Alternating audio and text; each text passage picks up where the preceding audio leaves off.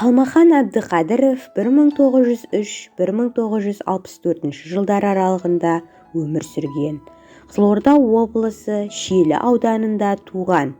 Қалмахан Әбдіқадыровтың қаламынан туған тағы бір шығарма ол Қажымұқан повесті. Атағы болып кеткен аңыз ердің қол соққан түрегеліп Париж, Берлин, Брюссель, Рим, Лондон газеттері палуанның жазған теріп әр іздерін деп ақын Сырбай Мәуленов жазғандай, бұл Мұқанның бала кезі еді. Байға жалданып күн көріп жүрген кезі. Оған жұмыстың ауыры жоқ, арбаны да өзі сүйреп, ауыр қапты бұйым көрмей, 5 адамның жұмысын өзі жалғыз атқаратын.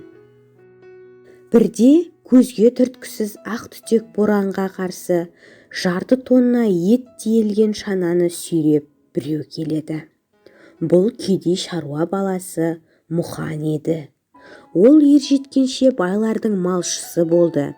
Есейе келе Ақмола саудагеріне жалданады.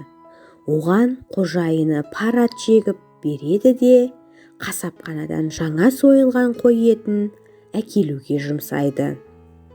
Қалың қарға оппалаған аттар шананы жылжыта алмайды. Аттарды қоя беріп, шананы жаяу сүйреткен жайы осы еді. Мұқанның саудагерге жалдануы жалғаса береді. Жазға салым татардың сабан тойы өткізіледі.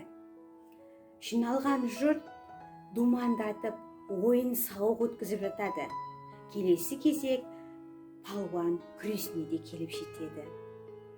Кесек денелі еңгезердей біреу жиналған жұрт алдында малдас құрып отырады. Онымен ешкім күресуге шықпайды.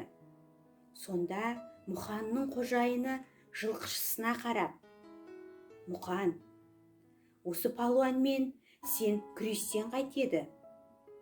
Күші асса жығыларсың, әйтпесе жығарсың» дейді. Мұқан келіседі. Олар бірден ұстаса кетеді. Алғашында татар палуаны қара торы бейтаныс жігітті өзіне тартып, үйіріп әкетуге тырысады. Бірақ оған қарсыласы иліге қоймайды. Осы кезде Мұқан ірі денелі еңгезердей татар палуанының ішінен шалып топ еткізеді. Татар палуаны күшіне сүйсінген Мұқанға қарап, Мұқанның күрес аренасына шығу керек екендігін және оған өзінің көмектесуге дайын екенін жеткізеді. Ақырында соның көмегімен Петербургтағы французша күрестің курсына келіп түседі.